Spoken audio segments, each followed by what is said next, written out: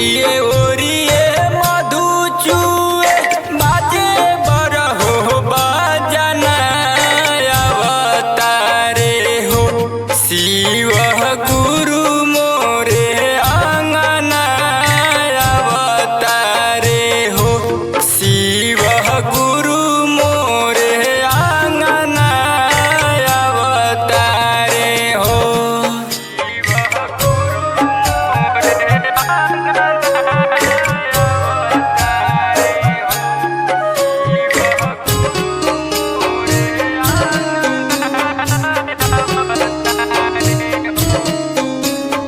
जो हतावे सुगवा कोयलिया भी बोले बेला के पतैया देख झुरु झुरु डोले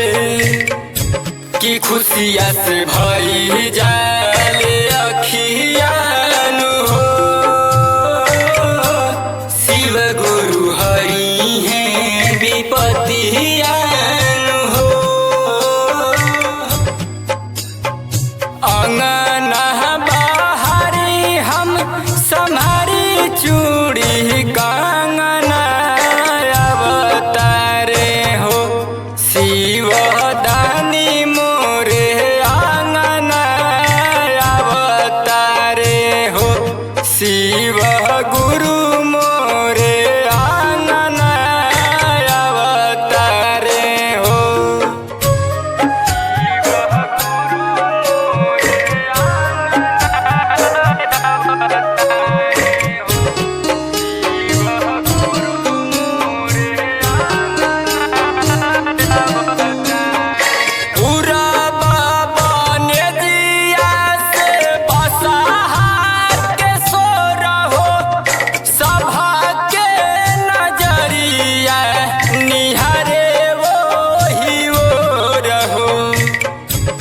गुजतावे शिव शिव नमः मानु हो कि गावे सरवन हवा भजन हवानु हो बादल चरण धोई करतावे बंदना अवतारे हो शिव गुरु मोरे अंगना